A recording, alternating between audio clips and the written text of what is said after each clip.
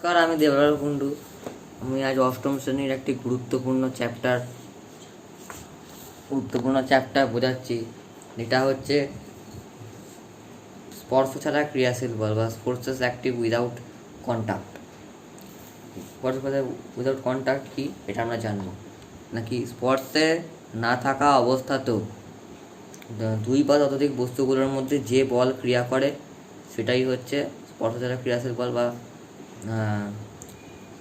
Forces active without contact. ঠিক আছে, যেমন স্থির তারিখ গাণিতিক বল, মহাকর্ষ বল নিজে থেকেই হয় আর কি, কারো সাহায্য নিতে হয় না। সব বল সব নিজে থেকেই হয়, অটোমেটিক্যালি হয়। ঠিক আছে, এরপর আমরা জানবো এটা হচ্ছে গ্র্যাভিটি কি বা অভিকর্ষ বল।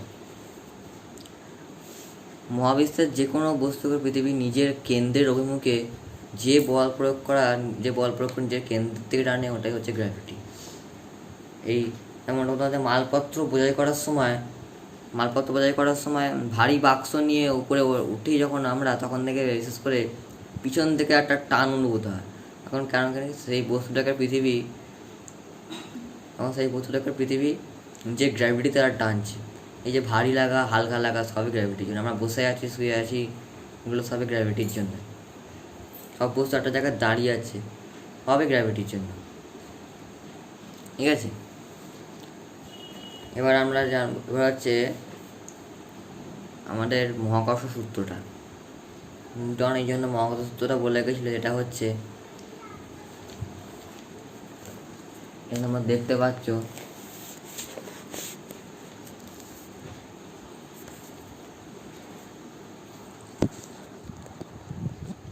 যে এটা F is equal to G m1 m2 by d square।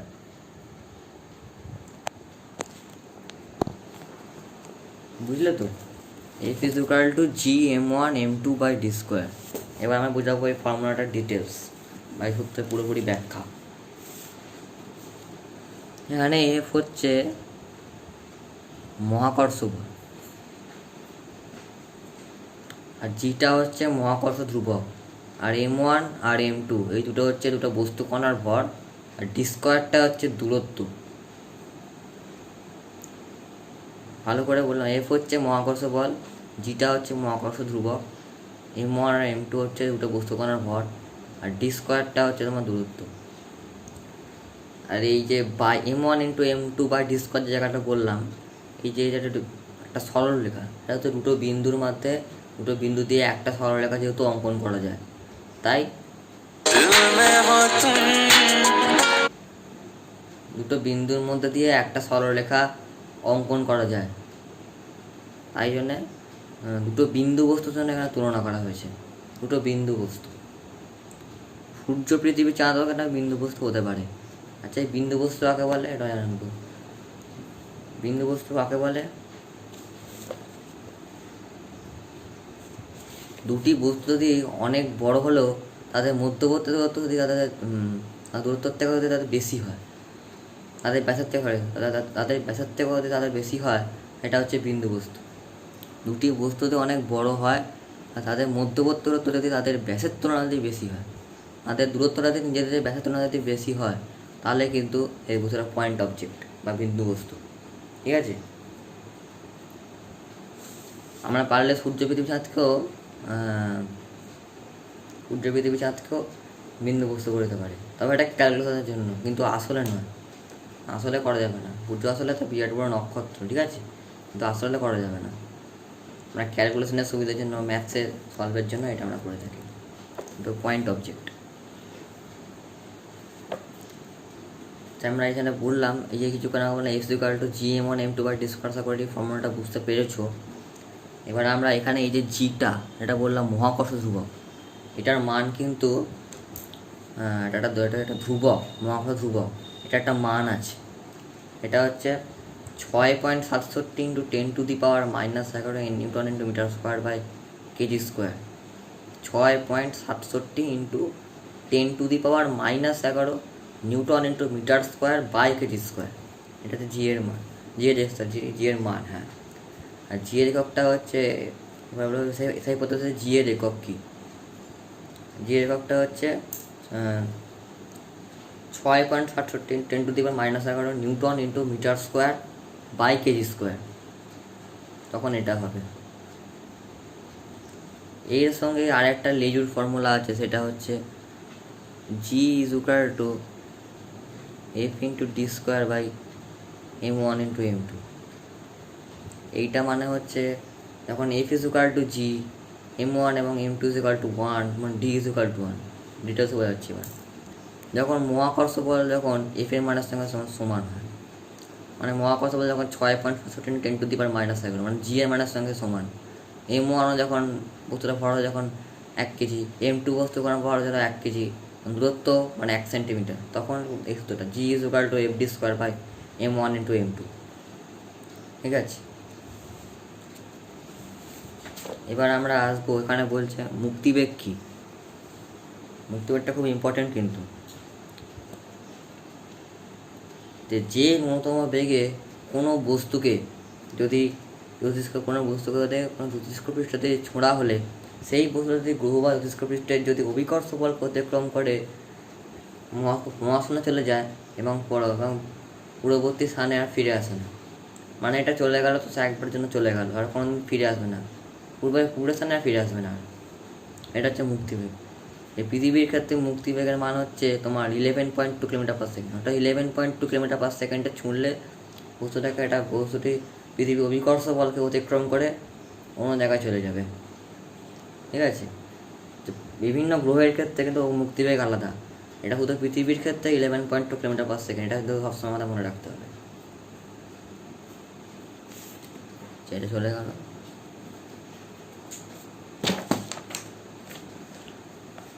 এবারে আসুন, এই যে আমরা শুধুটা আলোচনা করলাম, যেটা F is equal to gm1 m2 by D square, এটা হচ্ছে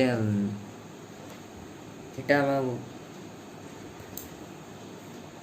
এই যে ভগ্নাংশটা দেখলে ডি যত বৃদ্ধি হবে, ডি মানে দূরত্ব যত বাড়বে তত মহাকর্ষ বল কমবে, মানে ডি যত বাড়বে অত এফ কমবে, আর মহাকর্ষ যত বাড়বে অত দূরত্ব কমবে, দূরত্ব তো বাড়বে অত মহাকর্ষ বল কমবে, আর মহাকর্ষ বল তো বাড়বে দূরত্ব তো কমবে। ঠিক আছে,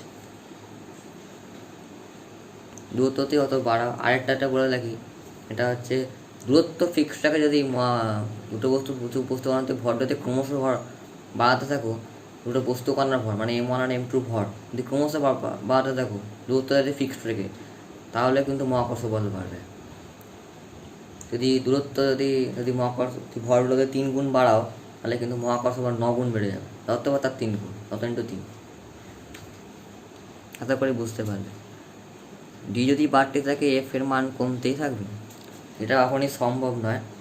ডি অত বাড়বে এফ এর মান অত কমবে না। দেখুন ডি এর কোনো এমন কোনো নির্দিষ্ট মান নেই, এটা এফ ইজ ইকুয়াল টু 0 হবে। মহাকর্ষ বল আসলে কিন্তু বাস্তবে কিন্তু বোঝা যায় না। ঠিক আছে, মহাকর্ষ বল কী, এটা হচ্ছে এই মহাবিশ্বের যে কোনো দুটো বস্তুকণার মধ্যে ক্রিয়াশীল যে অতি দুর্বল আকর্ষণী বল, তাদের যে এই মহাবিশ্বের যে কোনো একটা বস্তু বা বস্তুকণার মধ্যে ক্রিয়াশীল অতি দুর্বল আকর্ষণী বল তাদের কেন্দ্রখণ্ড সরলরেখা বরাবর একে অন্যকে আকর্ষণ করে, এটা হচ্ছে মহাকর্ষ বল বা গ্র্যাভিটেশনাল ফোর্স। এটা কিন্তু এতই দুর্বল হয় কিন্তু বাস্তবে কিন্তু বোঝা যায় না, মানে প্রচণ্ড দুর্বল। তাহলে আমরা জি এর মানটা করলে তো 6.67 10⁻⁻11, এটা তো জি এর মান। ঠিক আছে, এটার মান কিন্তু অনেক কম। এটা যারা এতটাই কম, এর মান কোনোদিন বাস্তবে বোঝা যায় না। তাই জন্য বলছি ডি এর মানে এফ ইজ ইকুয়াল টু 0, এটা কখনই সম্ভব নয়। ডি এর মান এমন কিছু তুমি পেতে পারো যার মান এফ ইজ ইকুয়াল টু 0, এটা এখন সম্ভব নয়। ডি এর একটা নির্দিষ্ট মান, এফ এর ডি এর এমন কোনো মান নেই যার এফ ইজ ইকুয়াল টু 0। দূরত্ব অতই বাড়ানো না কেন, মহাকর্ষ বল কিছু না কিছু হলেও একটা আছে। অনুভব না করার হলেও যে মহাকর্ষ বল নেই, তা এই কথাটা কিন্তু ভুল। মহাকর্ষ বল আছে মহাকর্ষ বল, বাট এটা ম্যাথামেটিক্যালি ভুল বলে, কিন্তু সায়েন্স বলে আছে, ভৌতবিজ্ঞান বলে আছে।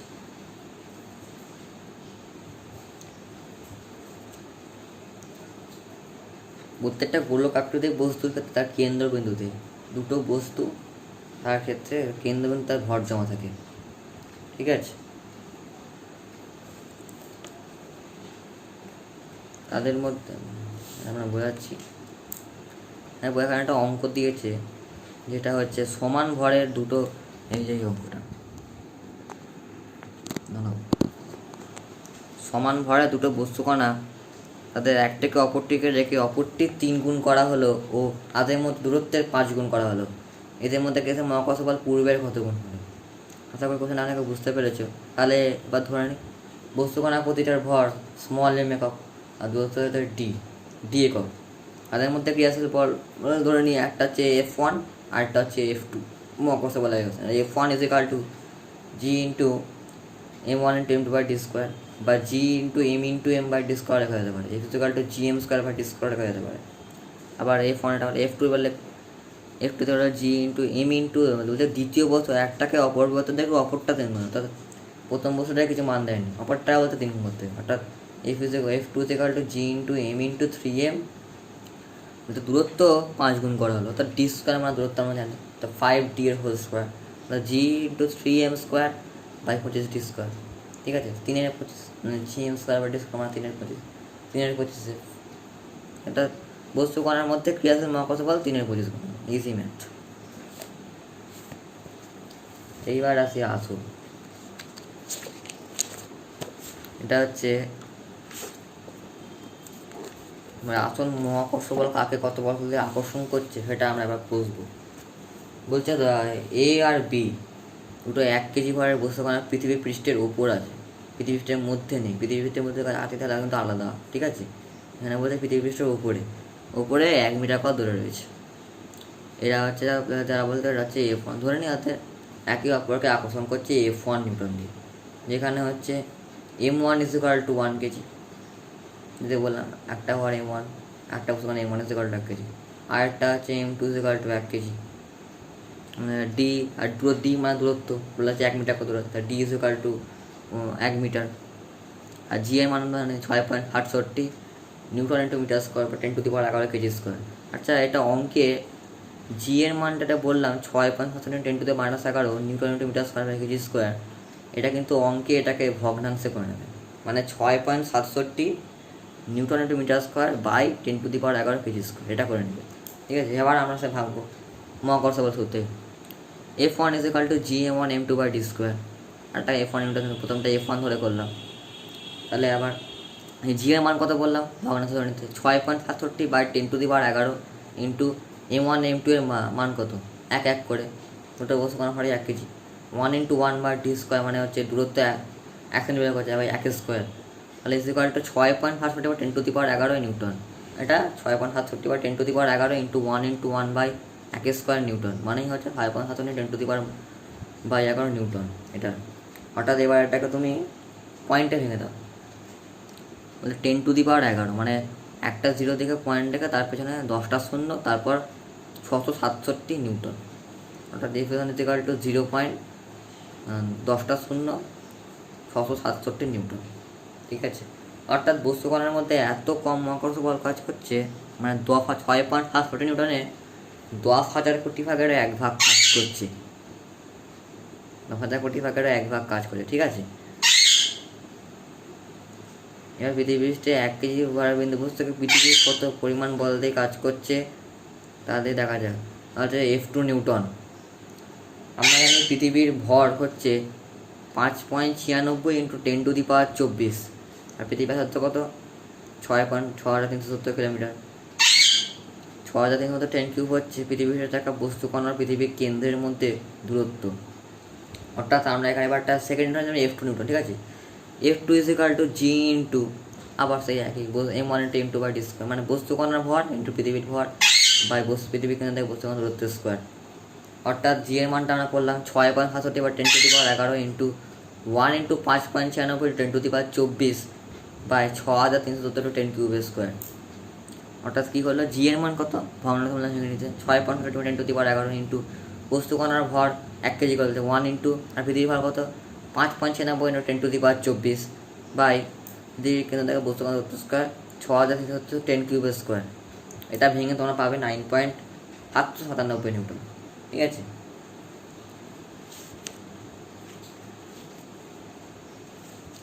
নিউটনের মহাকর্ষ থেকে প্রয়োগ করার পৃথিবীর থেকে একক ভরের পর যে মৌলিক যে রাশিমালা পায় এটা হচ্ছে F equal to G M by R square. এবার একক ভরের অভিকর্ষ টান কিন্তু স্মল জি যদি চিহ্নতে করে তাহলে small G equal to G M by R square. ঠিক আছে, স্মল জিটা হচ্ছে এখানে গ্র্যাভিটেশন অ্যাক্সেলারেশন, এর মান হচ্ছে 9.9 মিটার পার সেকেন্ড স্কোয়ার। এটা বলা হয়নি আগে, এখন বলে দিলাম। স্মল জি ইকুয়াল টু, এবার যদি small G equal to G M by R square যদি প্রমাণ দেওয়া থাকে তখন কী হবে? স্মল জি বলে মানে লিখে লিখে করতে হবে, এটা না হলে লিখে করতেই হবে। স্মল জি হচ্ছে গ্র্যাভিটেশন অ্যাক্সেলারেশন। ঠিক আছে, দাঁড়াবো একবার আমি বলছি। Small G equal to G M by R square, এই ফর্মুলাটা আমরা এখন বলবো, আলোচনা করবো।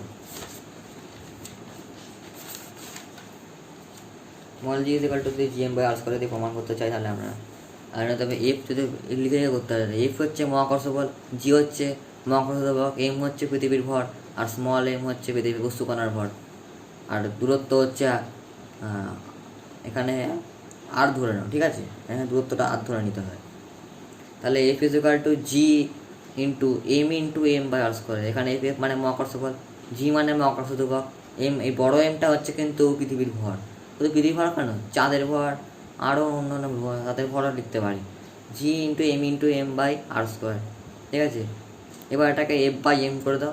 এফ বাই স্মল এম মানে মহাকর্ষ বল বাই বস্তুকণার ভর is equal to G M by R square. G M হচ্ছে যেটাতে মহাকর্ষ বল আমরা আগে বলছি, এমটা হচ্ছে পৃথিবীর ভর, আর স্কোয়ারটা হচ্ছে দূরত্ব। এবার তাহলে এখানে স্মল ধরে না, small is equal to G M by R square, তাহলে প্রুভ হয়ে গেল।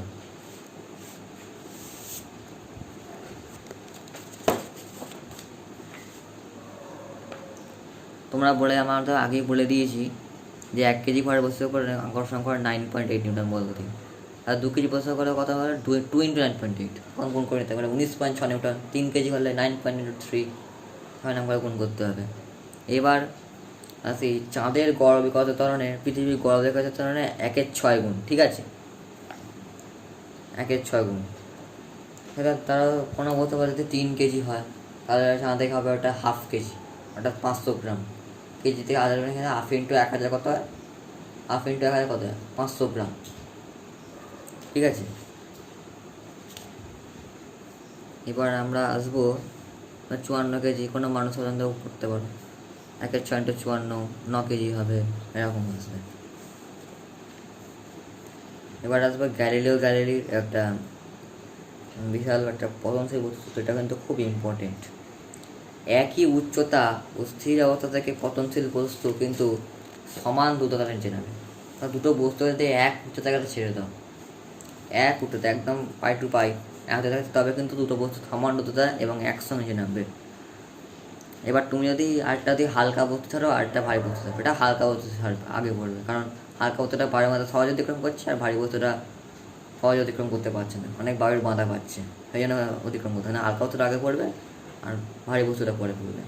যদি অবাধে পতনশীল বস্তু উল্লেখ করা থাকবে, যদি 5 কেজি হোক 10 কেজি হোক, কিন্তু দুটো 5 কেজি হোক আর 10 কেজি হোক, দুটো বস্তু কিন্তু এক সময় নামবে। আমায় বাড়ার সঙ্গে পদার্থের বস্তু দুটো বেগও বাড়তে থাকে, আমার যত বাড়বে তত পদার্থের বস্তু বেগও বাড়তে থাকবে, যত নামবে অত তার ভেলোসিটি নামবে বাড়বে। আমি বাড়ার সঙ্গে ওদের কোনো দূরত্বটাও বাড়তে থাকবে। সেটা আশা করি বুঝতে পারার প্রবলেম তারা জানিও। ওই কথা টানের দিকে কিন্তু সবসময় অ্যাক্সিলারেশন হয়, যেদিকে অভিকর্ষের ঠিক সব বস্তু টানে কিন্তু অভিকর্ষের দিকে, এবং সবসময় অ্যাক্সিলারেশন হয়। তোমরা দেখবে ক্রিকেট খেলার সময় দেখবে বোলাররা যখন ডাইরেক্ট হিট করে কোনো উইকেটে, তখন দেখবে বলটা কিছুটা এরকম ব্যাকে, যেটা একটা এরকম ব্যাকে। ঠিক আছে, পুরোপুরি খোলা যায় না, কিছুটা হলেও ব্যাকে। সব বস্তুর কাছে অভিকর্ষের টানের দিকে, এটা যেন অভিকর্ষের টানের দিকে হচ্ছে। আমাদের ভিতরে যতগুলো বস্তু আছে সব ছোঁড়ো না কেন, মানে কোনাকুনি যদি ছোঁড়ো মাথা মাথা সব বস্তু টানে কিন্তু অভিকর্ষের দিকে অ্যাক্সিলারেশন হয়। তখন কী হয়, সেই বস্তুটা তখন ঊর্ধ্বমুখী বেগটা কমে যায়, আর অভিকর্ষের টানের দিকে, আর যত অভিকর্ষের টান বাড়বে তত সেই বস্তুটা বেগ বাড়তে থাকবে। আবার তাই এক্ষেত্রে অভিকর্ষের টান আস্তে ভূমির দিকে হয়। যতই সোজা ছড়ো, একটু এরম করে ছোড়ো, উপর দিকে ছোড়ো, সব ক্ষেত্রেই কিন্তু অভিকর্ষের টান কিন্তু সর্বদা ভূমির দিকে। এইগুলো কাজে লাগিয়ে পরে কৃত্রিম উপগ্রহকে আমাদের আমরা সাজানো আছে। ঠিক আছে,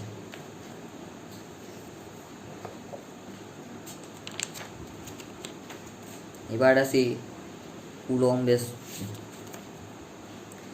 বেঞ্জামিন ফ্রাঙ্কলিন। এবারে কুলম্বের সূত্র সেই একই জিনিস, নিউটনের সূত্রের মতন প্রায় এই সূত্রটা। এখানে কি F is equal to K into Q1 into Q2 by R square.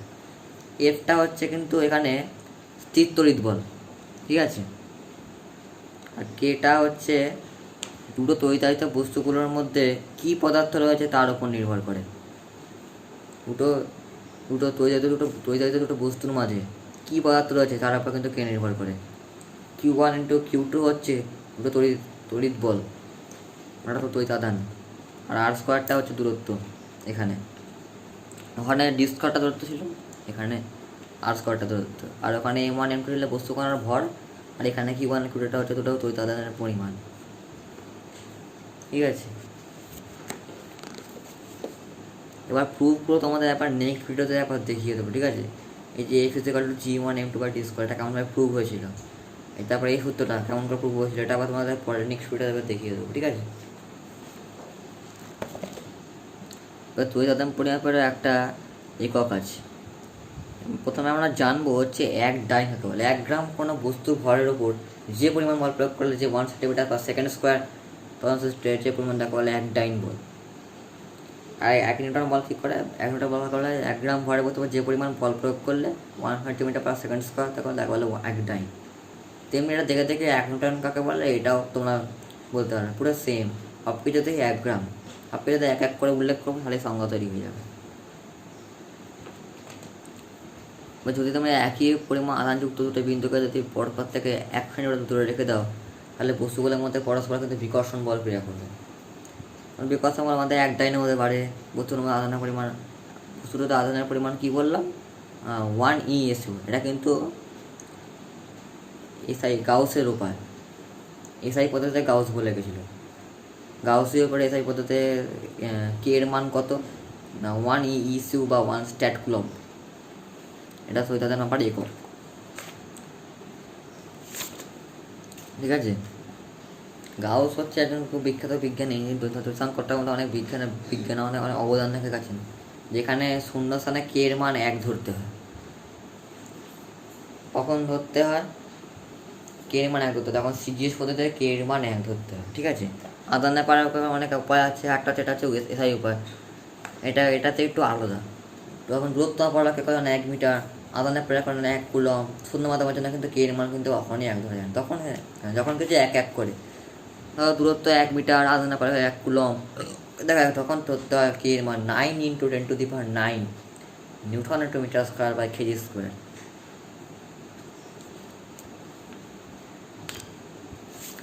তাহলে আমরা নেক্সট ভিডিওতে আমরা তাহলে F equal to GM1 M2 by D square আর F equal to K × Q1 × Q2 by R square, এই দুটো প্রুফ কিন্তু দেখিয়ে দেবো। তাতে করে তোমরা কোনো অসুবিধা হয়নি, তোমরা কিন্তু অসুবিধা হলে জানিও। ঠিক আছে, ইউটিউবে কমেন্ট করো, আমি বলে দেবো। আমার একটু ভুল থাকলে বলে দিও কোথায় ভুল হয়েছে। ঠিক আছে, আশা করি বাইরের পরিস্থিতি খুবই তো খারাপ, আমার বাইরের পরিস্থিতি খুব খারাপ, তাই সবাই সুস্থ থেকো, বাড়িতে সবার মঙ্গল কামনা করি, ভালো থেকো, সুস্থ থেকো, বাই।